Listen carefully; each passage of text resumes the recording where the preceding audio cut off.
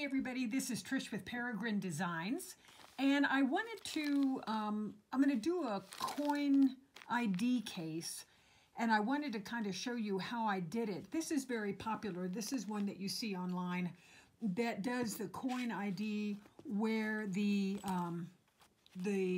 card or the badge goes in an outside pocket, and I liked it.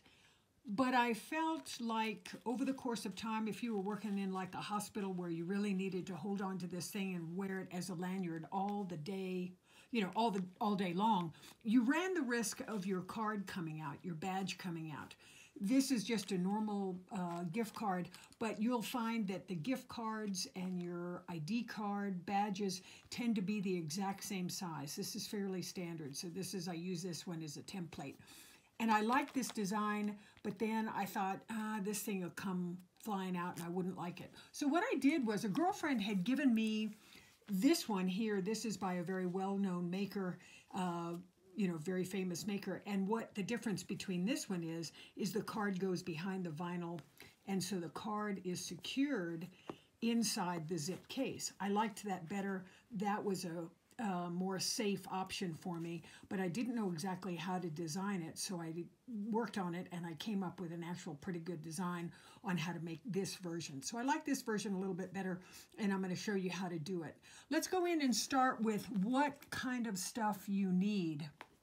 This is an example of the one that I made. I also have chili peppers, and those are really cute. You will certainly need fabric, and let's go into the fabric a little bit. We'll use chili peppers in a way. We have fashion outside fabric. We have both sides, front and back. We have this piece right here, this red piece right here, this is the second side of your pocket. So this can be chili pepper and this can be another fabric. Then you have your kind of your pocket lining right here. This is where it holds your card on the inside, kind of like that. So this can be a separate piece of fabric. You have a D-ring, that can be a separate piece. Then you have little end caps, that can be a separate piece of fabric. And then you have the lining on the inside. So you have the fashion back and you have the lining on the inside. So you have a real variety of the number, and then you need vinyl and you need a zipper. And we'll go into the details exactly on how to do it and how to measure and how I did it. But let me go into some of the stuff that you're going to need that's very helpful. One, let's go into, you'll need Shapeflex. Shapeflex is a really nice product. It's a Pellon product. You find it all over Joann's, Amazon, Hobby Lobby, probably Walmart if you have a fabric land at Walmart. But it's called Shapeflex SF101. Comes in a 20-inch width, which works really well for what we're doing. And I use this all the time. It has a very nubbly texture on the back, and that nubbly texture is the glue. And so if you get Shapeflex, let's say at Amazon, and it has a clear, glossy back, you didn't get genuine Shapeflex, and it's not going to adhere as well as regular, genuine Pellon Shapeflex. So you'll need some of that. Not much, but that's what you're going to need. You're going to need zippers. This is a conventional zipper, much longer than what you need, but this is a conventional zipper, and this is called a number 3 size because the width of it is like 3 millimeters, and this is what you'd normally see in a dress work. I recommend that you don't need a big one. You need like a 7-inch zipper, but I really, really recommend that you look at thezipperlady.com. She sells zippers of all sizes, all assortments, and a million different colors, but she also sells number 3 zippers in varietal packs, and this is an example of a varietal pack. This is a purple example where you get 6 each zippers, I think a yard long, each is a yard long, and then 40 pulls, which is really nice because you can do a red zipper and an orange pull. You can have a yellow zipper and a green pull. So you have a lot of design flexibility. And so I really recommend, and you can buy these in packs where they're number 3s and you get the zipper and all the pulls. So those are the purple colorway. This is the red and pink colorway. And this is the neon. That's really nice. And so you get this really nice variety of different pulls. So I really like this.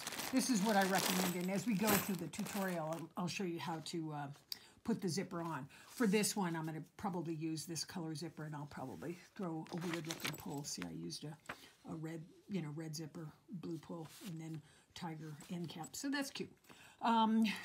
Fray Check. You need just a little bit of this. This is very handy. This keeps your stuff from fraying. I like that. Marking pens. I used friction, markers you can use. I recommend probably not a Sharpie because it could bleed through to the fashion fabric. So probably not your Sharpie, but a friction works well. Maybe a pencil will work well. Another option for you too is this is a clover. This is a white chalk marker. So this works well, and we'll play with that too. You're certainly going to need rotary cutter and a mat. This mat is really cool because it turns around. It turns on a base. This is an RM12S, but this is a really cool mat. Very nice if you're a quilter. This is really handy. 1/2-inch D-ring. I got these at Amazon. These are really nice. I use these all the time. Clear vinyl. I got this at Pellon, or I got this at Joann's. This is just a clear vinyl, and you get it in 50-inch widths or something like that. So you don't need much, but you're going to cut this to measure. Glue stick is handy.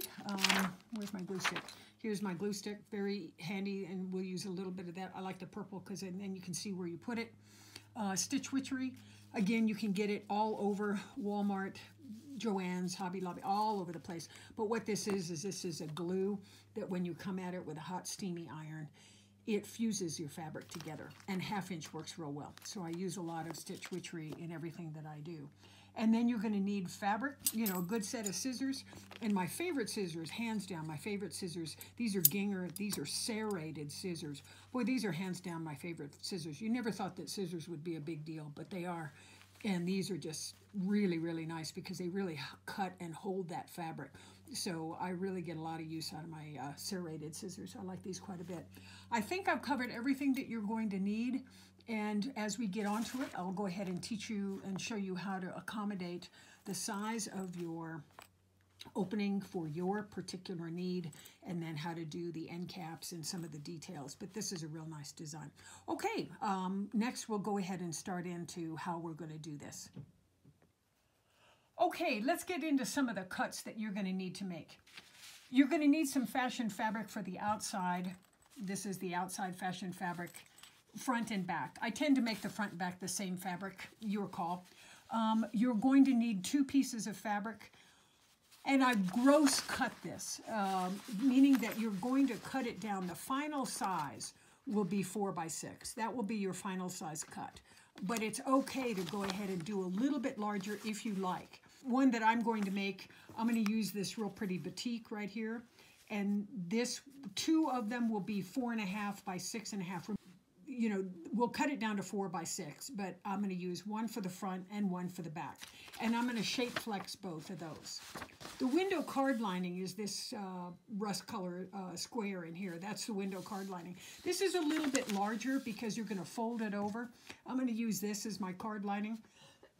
Sorry. And I'm going to cut this, again, a rough cut of about 6.5 by 7.5. So it's going to be a large piece like that. Get that out of there. It's going to be like that, and it's going to be wrong side together, and that will create that window lining. And that's 6.5 by 7.5. I'm not going to shape flex this. It gets very thick and very difficult sometimes for your machine. I would recommend on your machine that you go ahead and use a larger needle, like a 90-14 or 116, maybe a denim needle, because you are at the end, you're going to go through quite a bit of fabric. So I can economize where I need to, but I'm not going to shape flex my window card lining. My shape flex itself, I will need 3 cuts of 4 by 6. These I'll cut to finish size. These I'll go ahead and cut.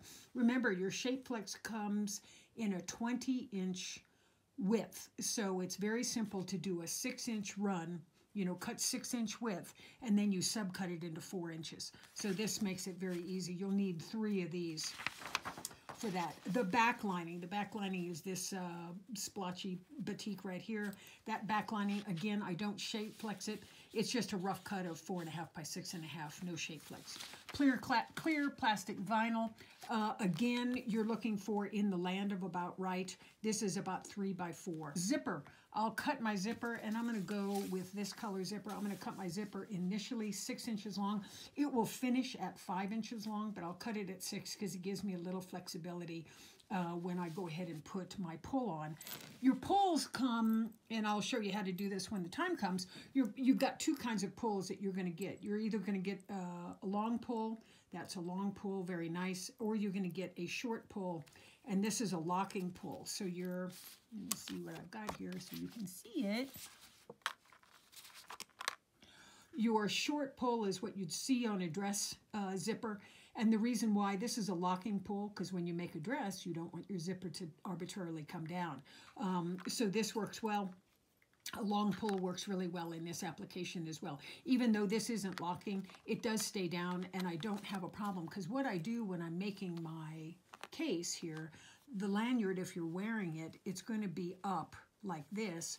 Your badge is going to be on the inside here, but the way I make it is I'll have my zipper in the down position. So you're walking around all day, your zipper's down, this is up, and so I just think that you run much less risk of having anything fall out. So I think this is a good design. And either pull will work. Either pull is going to work fine, and I'll show you how to work both pulls in. Your D-ring tab, not fab, D-ring tab, roughly about 3-inch square. Yeah, I think this is probably smaller than 3 inches, but 3-inch square, because I want the D-ring, I want the fabric to come reasonably close to the width of your D-ring. So 3 inches square. It doesn't need to be shape flexed. Your end caps for your zipper ends. Here's a good example of my end caps. This was my zebra stripe end caps, and again, it's another fashion idea, but your end caps are very thin. Your end caps are about 1 1/4 by about 2.5 inches long. You will end up cutting these down, but this tends to work real well. And then what you're going to do is you're going to put it together here, you're going to put it together here, and that gives you about a little bit more than a quarter. I think this turns into about a 3/8 inch cap for your zipper. What that does is that stops your zipper. So you don't want this to be too wide, because then you reduce how much opening that you get. So about 3/8 inches is my sweet spot. So that's going to be like that. Okay. And so, and I will tell you one small thing.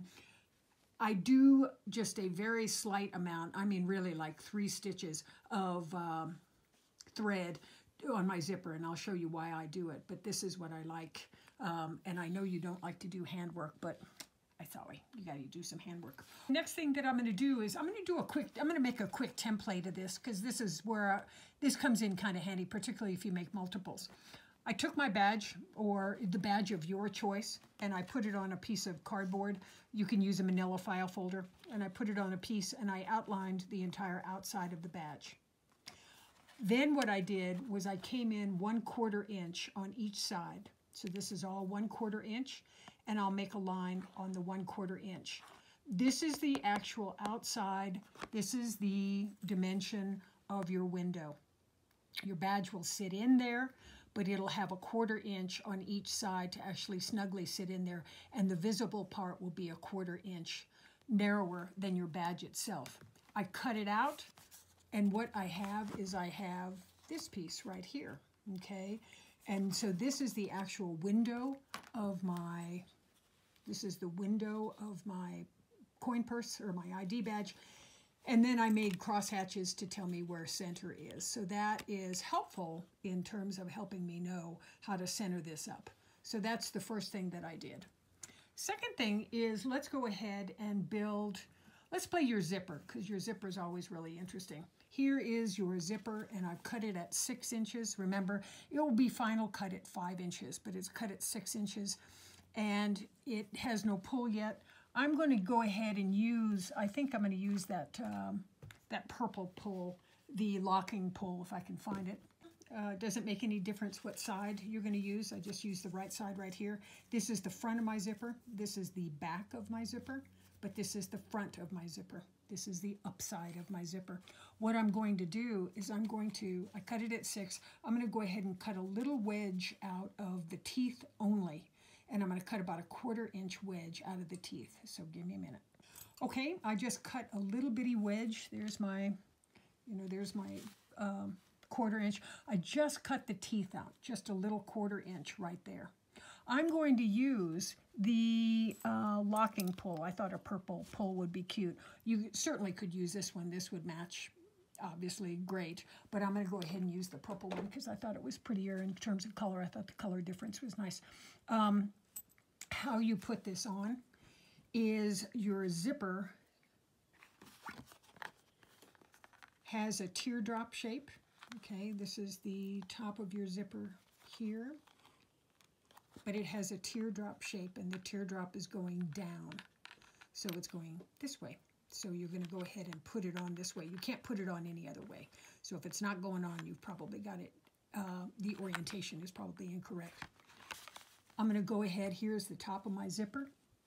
Let's see if I can get this where you can see it. And I'm going to put it in here.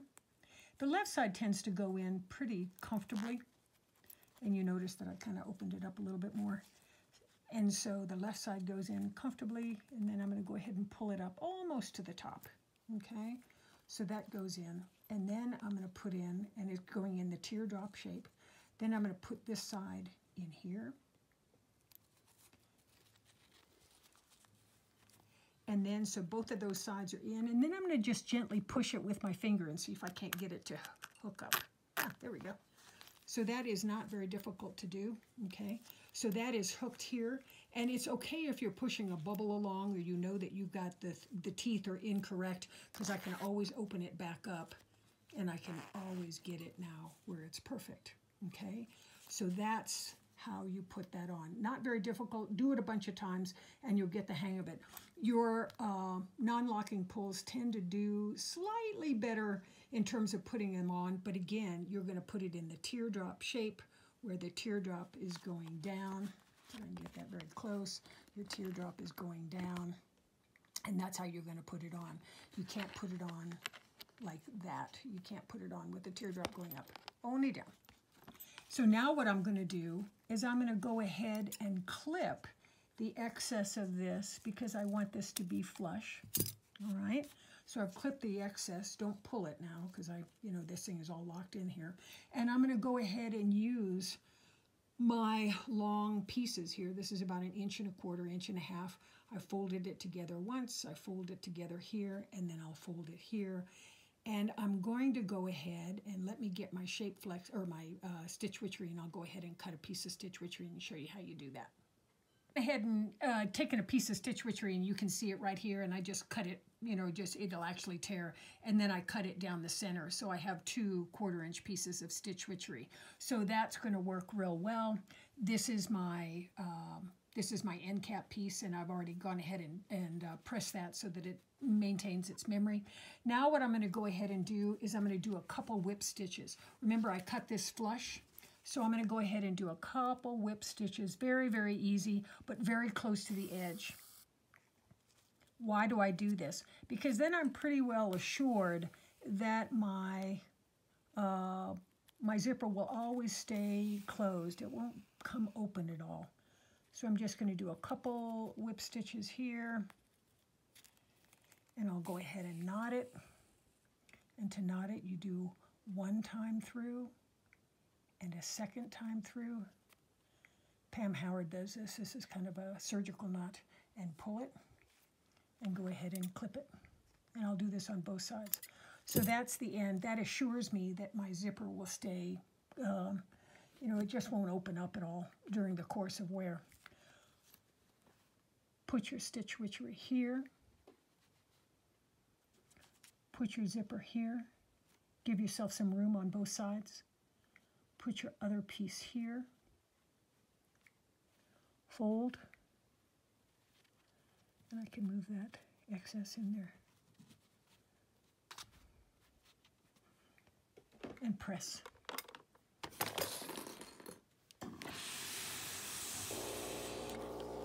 I'll press from both sides.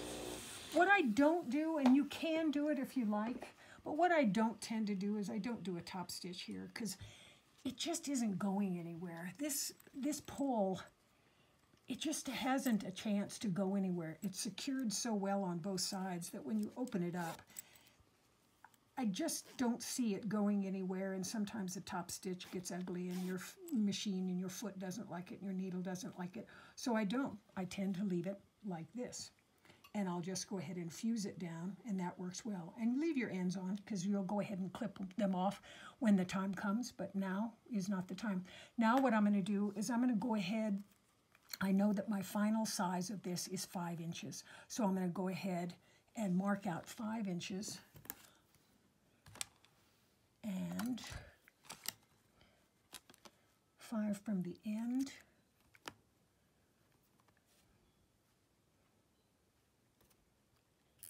And right there is my 5-inch mark. A 6x6 ruler is wonderful. This is a 6x6. This works great. Go ahead and clip this side. You've already pushed your bubble along, so you're not clipping anything bad. Go ahead. You can pull this back a little bit. Go ahead and clip this.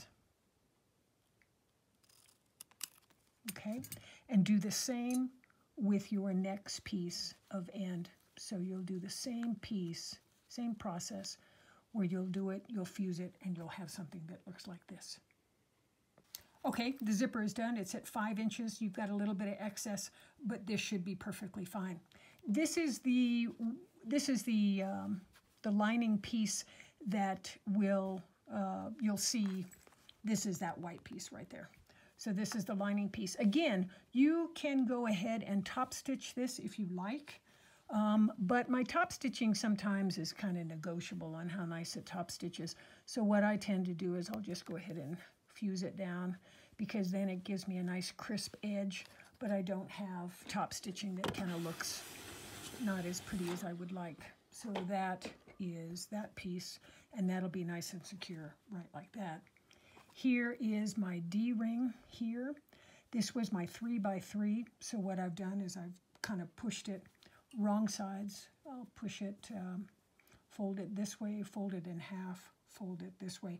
I want it to be roughly the width of my D-ring right here. So once again, I will go ahead and shape flex this. Here's this piece, and I'm going to go ahead and put it down here. Let me move this up so you can see it slightly better. Oops. Okay. Again, I don't tend to have the need to go ahead and sew this and top stitch this. You can if you like. I just don't have I just don't sense a real big need to do this. I also will go ahead and put my D-ring on.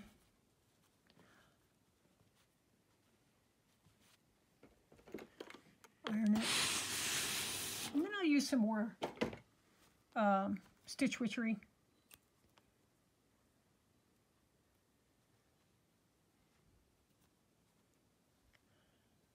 And I'll fuse it down. And it's not really going anywhere.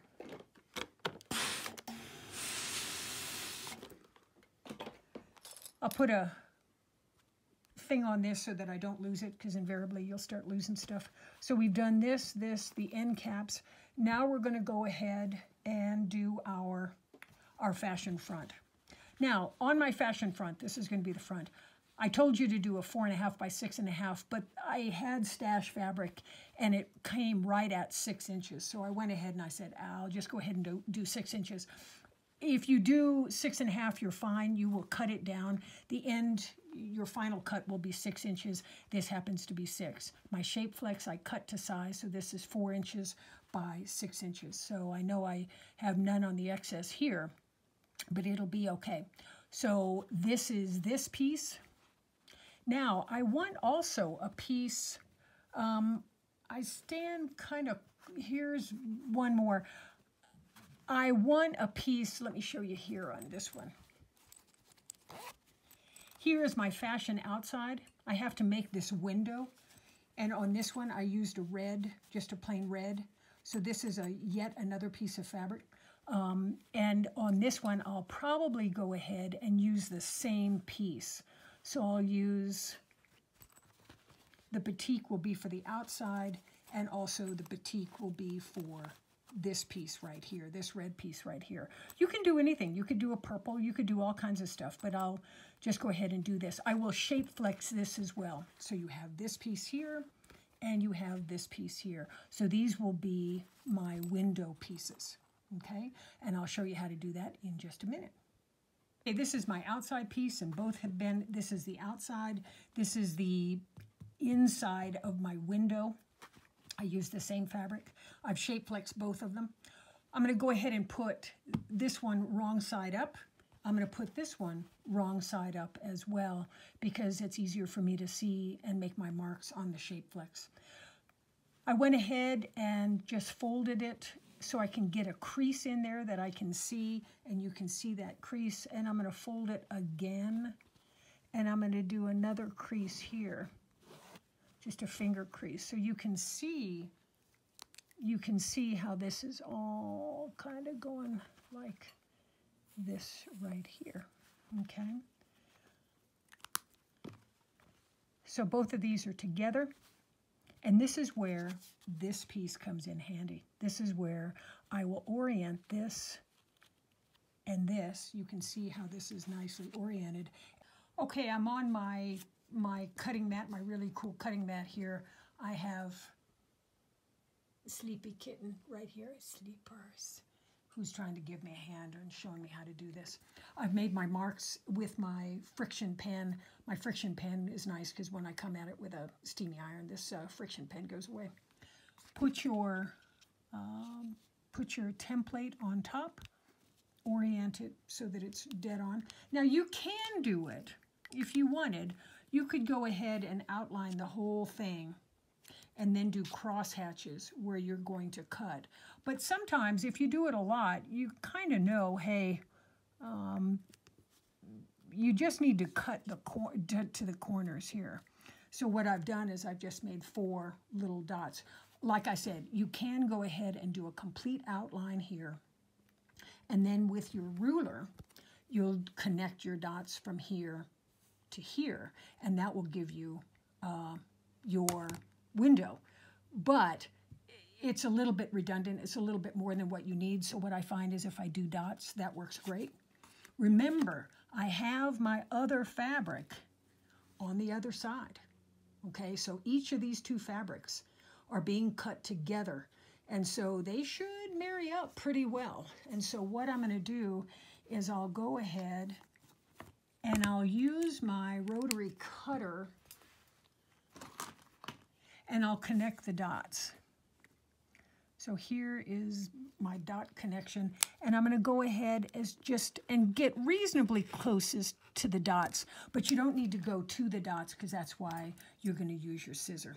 Okay, you're going to connect those dots. So that's 1, and the nice thing about this mat is it turns and you don't have to lift it up, and I like that. And I'm going to go ahead and connect these dots.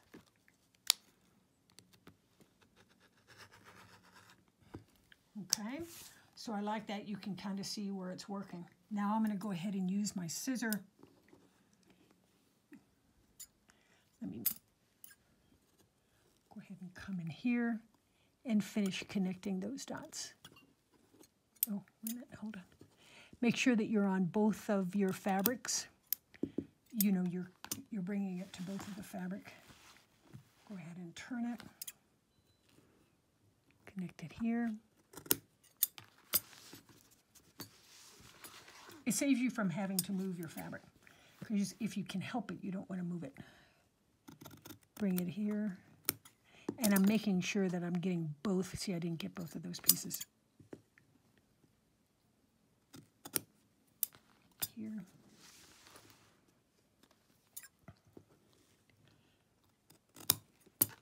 Okay, did I get it all? Yep. Yes. And yes. Okay, I got it all. All right, bring it over here.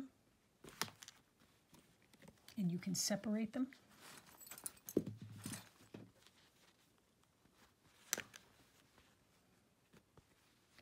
Okay, use a little bit of Fray Check and just do it in the corners.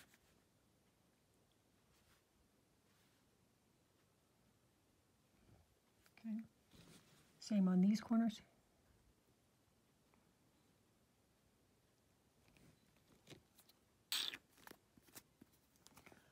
All right, and then with your iron,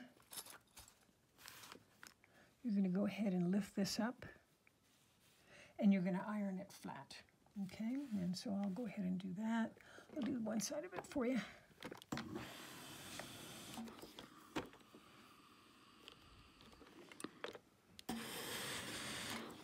So I've ironed it, and I've gotten those corners where they pull out nicely. So I like that. I'm going to go ahead and use my glue stick. This is my top of it. I'm going to go ahead and use my glue stick, and I'm going to go ahead and just lightly get these things down where they hold on. This will be the kind of the master, and the underneath one, I will adjust the underneath one to fit this one. So I'm going to go ahead and do this here and here. Okay, I'm going to come back in just a minute because I'm going to go ahead and open up this one as well, and then I'll show you how to put your vinyl in, your plastic vinyl. So now we've done, this was the master, this was the outside, so that's going to be like that. This is going to be the inside, and I've already done it. I haven't, don't glue it down yet because I want to make sure that it fits, both sides reasonably fit. So lay one down on top of the other, go ahead and flip it over. And you can accommodate, sometimes if you think you can twist it upside down and see if that doesn't help a little bit. Not terrible and everything. I can adjust on this side, on the underneath side. This is the side that I use to kind of get a better fit.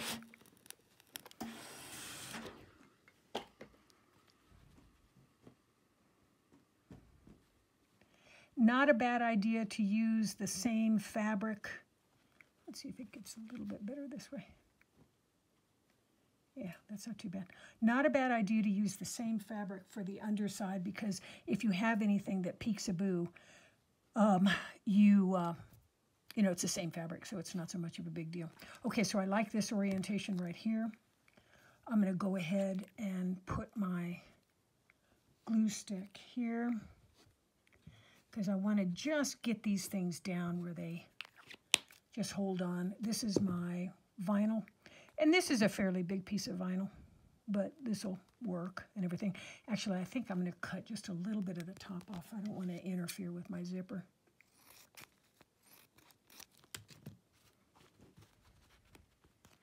I just need the vinyl to be enough on each side that it clears when I start, because I'm going to do a very narrow stitch here, and then I'm going to come out another 1/4 of an inch. So that goes to that.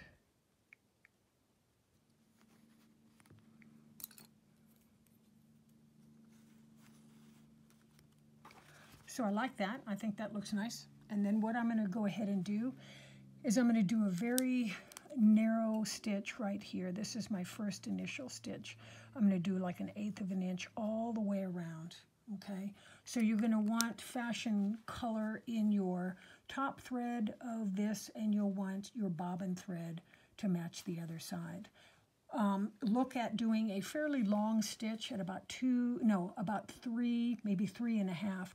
And the reason why is if you go really tight in here, you stitch so hard that you perforate the vinyl, the plastic or the clear vinyl, and you perforate it so well that it just pulls out. You've ruined the vinyl.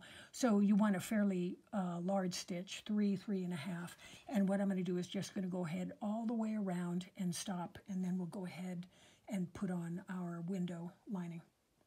Okay, I've gone ahead and put the clear vinyl in between, as you saw before, and I've gone ahead and sewn a very, very tight stitch right here, fairly long stitch, about a 3, just around the outside. That's initially it.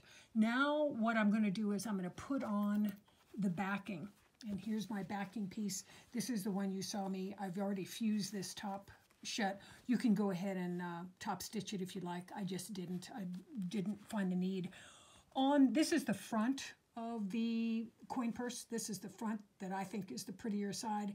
On the back side, I made another chalk mark, but I made it at about 3/8 of an inch from the outside. So I made it 3/8 of an inch, not quite 1/2 inch. This is just so that I know where to put you know, how to line up my lining here. I'm going to line it up on that. Go ahead and turn it over. Okay, now we'll turn it over. And then what I did was I made another chalk marks, and I made them 1/4 of an inch from this piece right here, from right here. I made it 1/4 of an inch right here. So I just did my chalk mark, and I did it from the top, down, down, and back up. Nothing back in here, because if you did this, you wouldn't be able to get your card in. Okay, I've stitched 1/4 of an inch all the way around, and you can see, and I'm just literally just a hair's breadth outside the 1/4 of an inch or on it. Nothing at the top, just the U-turn right here. Because then what I find, hopefully, is this fits in nicely, and it does. Okay, doesn't need to be, you know, if you stitch on the 1/4 of an inch, you're probably going to be fine. So that is that piece, and that's the back. So you're going to want fashion thread on this piece, and if you have a very demonstrably different fabric here, you may need to have fashion thread that matches your fabric on the back. Okay, so that looks great. Now what we're going to do is we're going to finally cut this to size. What I've done now is I'm going to go ahead and cut this to size, but I do want to make sure that I get this orientation about right. Your pause. What I ended up doing was I visually said, okay, this looks like the center, and I know this may be a bit wonky given the video camera, how it's oriented. This is about the center of the pocket. This is about the center. This is about the center of the sides. So that gives me a little bit of a visual. It gives you a little bit of a visual. I'm going to put it on my mat where this is lined up with a line, this is lined up, this one, and this one, okay? The nice thing about a 6-inch ruler, 6-inch square, is it hits perfectly. So I can put my 3-inch mark here. Here's my 6 and 6. So now I'm going to start cutting this down. Okay, I've cut at least one part of it. I've cut the 6-inch wide. So I put my mat here, or my ruler here, and here's my 3-inch mark, and that's at the center of my pocket, my center of my window. So I've sliced it here and here. Now I'm going to do the 4-inch piece. Twirl my mat around. 4 inches now. I want, here's my 1-inch mark, here's my 2-inch mark, here's my side marks. So that is that piece. Let's see if I can do this. Hold on, let me move it here so I can get my finger in. All right, twirl it around and finish it up on this side. So here is my 4-inch mark here. That's 4 right there. Line it up with the outside edge. And I like how that's looking. That's about centered on my window. And I'm going to go ahead and do it. Okay, so now this piece is great. Okay, make sure that your envelope here is in the upright position, is going this way. You don't want to put your zipper on this way, because then you can't get your card in there. That's wrong. This is the top right here. This is the top. All right, now we're going to play with the zipper, inserting the zipper. Okay, we have this ready to play with the zipper. It is going in the upright position. There is that's my top right there.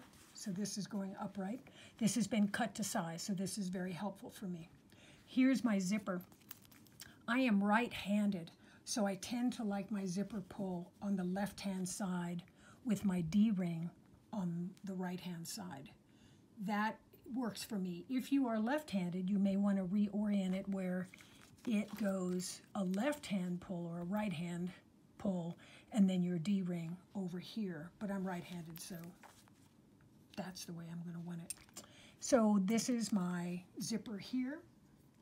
What I'm going to do is I'm going to put right sides together. This is the right side of my zipper, and I'm going to put it right sides together. Remember, I cut my zipper at 5 inches because I needed a 1/2 inch, and you can see where I have a 1/2 inch here and I have a 1/2 inch here. I need a little bit of room. And the reason why you want that, and the reason why that's so nice, is because when you have a little bit of room, see how that flap pulls up? It reduces a huge amount of bulk. This end cap stays very flush with the top, and that's because you have room in here. You have this much room to make this work. So that's why it's kind of critical that you keep it at a 1/2 inch on each side. So that's looking pretty good. Now what I want to do, the interesting thing that I want to do is, normally what you would do is you would sew it flush with the top. You'd sew it flush, but then you've got this raw edge dealing with you, and then you're not going to like it. So what I do is I lift up the zipper just ever so slightly, and I have it peekaboo. Let's look at it from the other side. Here's my zipper, and I've put it, I'm making sure that I have a 1/2 inch here and my 1/2 inch here. And I'm going to make that zipper have just a little bit of a peekaboo at the top. See how that is? Because what ends up happening is when the zipper then gets folded to the correct side, it encases this extra fabric right here. Go ahead and put it, you can use a small one if you like, doesn't matter. And I'm going to go ahead and sew it. And I'm going to go ahead, actually I'm going to sew it from this direction. So I'm going to put on a zipper foot, and I'm going to go ahead and sew down my zipper. You can feel, you know, if you're in doubt, just use a chalk liner and says, okay, this is, because your foot, I can feel that zipper, and my foot doesn't want to go over that zipper. So I'm going to go ahead and sew. Oh, with a 2.5, you can kind of throttle back the length a little bit. You can do more normal length, but I'm going to go ahead and sew down the entire length. Now, when you come to the pull, leave your machine needle down, lift up your presser foot, and move your pull so you get out of the way so you don't have a big hump to go around. That's a real normal thing because there's my pull right there. Okay, I went ahead and sewed this down, and I'll go ahead and highlight it with my my chalk liner so that you can kind of see. But I've sewn with matching thread, and I've given myself a little bit of a peekaboo. When you're ironing it, remember you've got this clear vinyl on the other side. So you can go ahead and come at it with a bit of steam here and get this thing down. You can go ahead and do that, but don't do it on the fashion front, because if your iron gets a hold of this vinyl, it's just going to melt, and it's just going to be unfortunate. And you're saying, well, what do you do with these extras? Actually, these extras, because they're longer, they'll just go in here. And once I get this thing sewn up, they just won't have a way to get out. So now what I'm going to do is I'm going to go back to the machine, and I'm going to edge stitch, and I'm going to go ahead and sew right down here.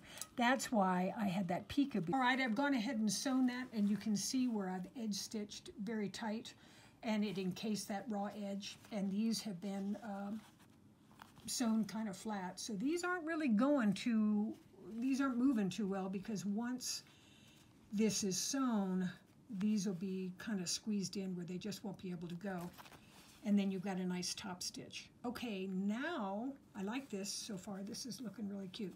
I'm going to go ahead and do the other side of the bag. I'm going to do the back of the bag. Okay, so this is your front of your coin purse or your ID badge holder. This is your back. That'll be the back of the bag.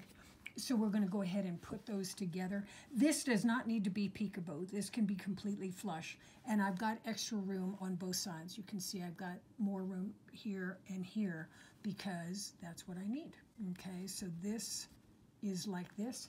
And you can go ahead and clip it. Does not need to be flush. I don't need a peekaboo. Turn it over. And put this is your lining, put this wrong side down, or wrong side up, This is your wrong side. This is your correct side. Put your wrong side facing you, and go ahead, and what you're doing is you're sandwiching your zipper between the outside of the bag and the inside of the bag. Okay, I've gone ahead and sewn those together, right like that. I've shape flexed the outside of the coin purse, but I've left the inside. Just leave it alone, it's just too much bulk. So go ahead and pull it out here. I'll pull out the top, I'll pull out the lining. Go ahead and iron that nicely. You can top stitch this, no problem. A lot of people will prefer to top stitch it. I don't, because sometimes the top stitch, if you've got a wonky top stitch, you're going to see it. So what I'll go ahead and do, once again, I will use Stitch Witchery, and I will fuse this down.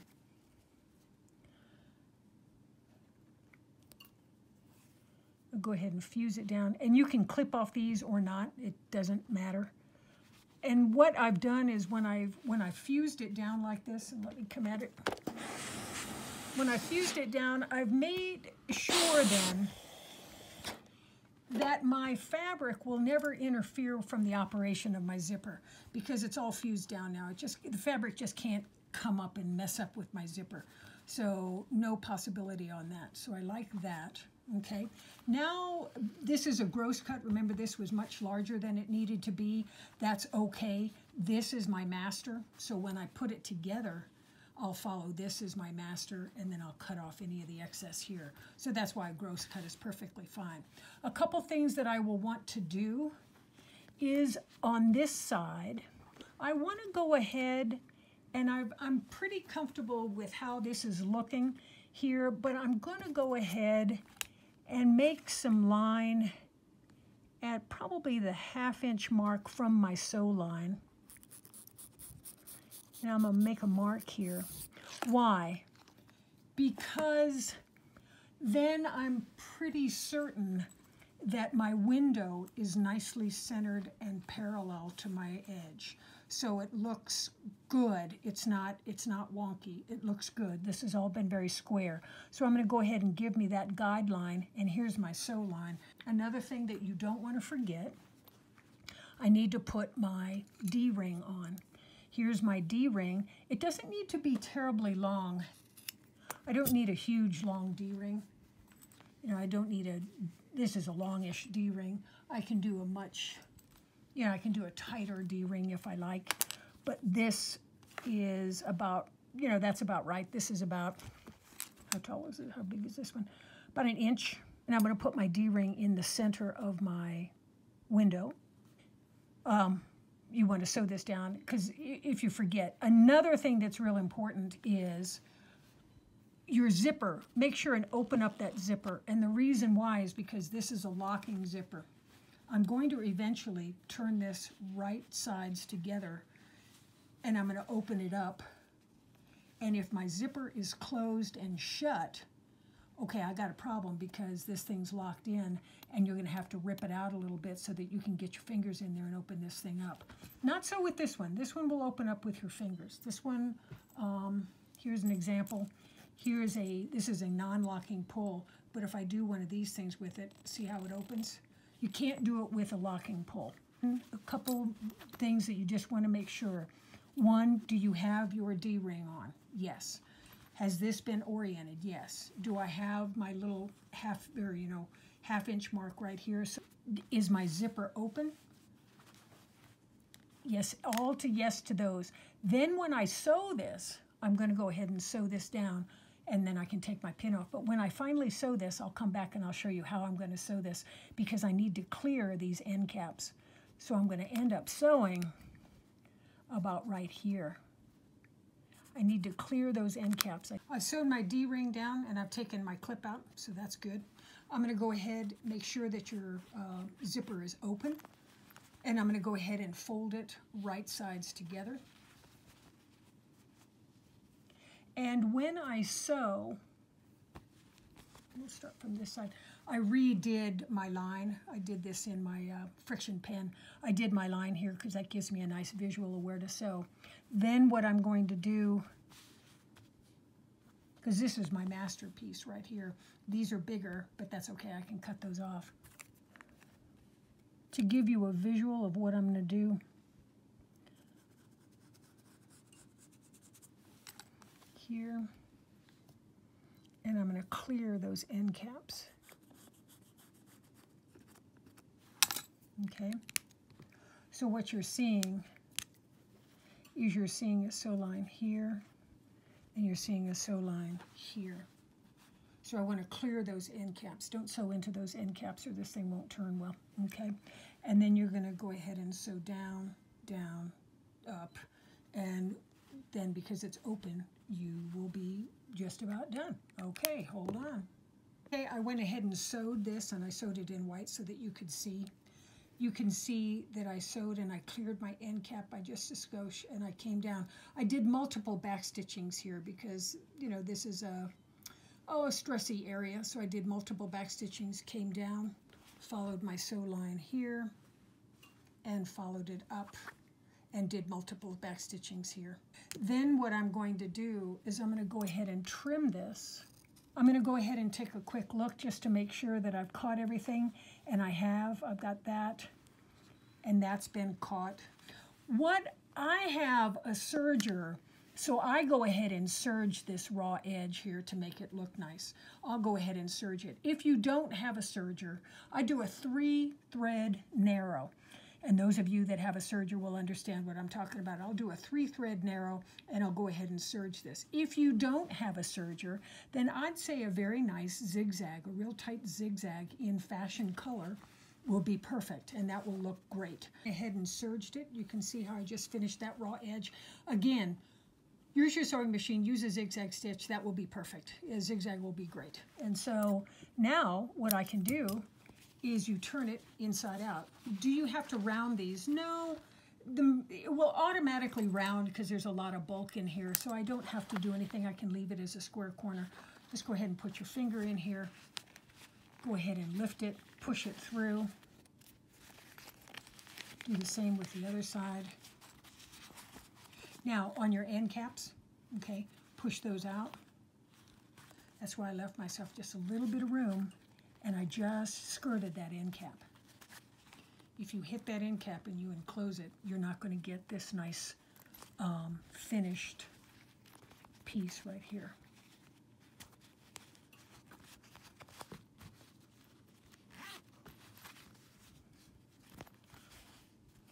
Okay, that looks pretty good. My end caps look good. This looks good. This is parallel. This is nice, and you can work it out with a little bit more, you know, you can work out this corner a little bit more, and everything has been pulled in. And then you can come at it with an iron. Okay, so, nice. Then what's going to happen is it's going to be held like this around your neck. This piece is down, so this is always locked in, and you're done. But hopefully you've enjoyed it. These are really cute. I think they'll sell well if we ever have a craft show again. I think they'll sell great. But they're nice for people who have to wear schools, lanyards, ID badges, all kinds of stuff, and you can keep some money in there and make it, you know, if you got to make it, may as well make it pretty. Thank you so much, and really appreciate you taking the time to watch the video, and have a wonderful day. Thank you so much.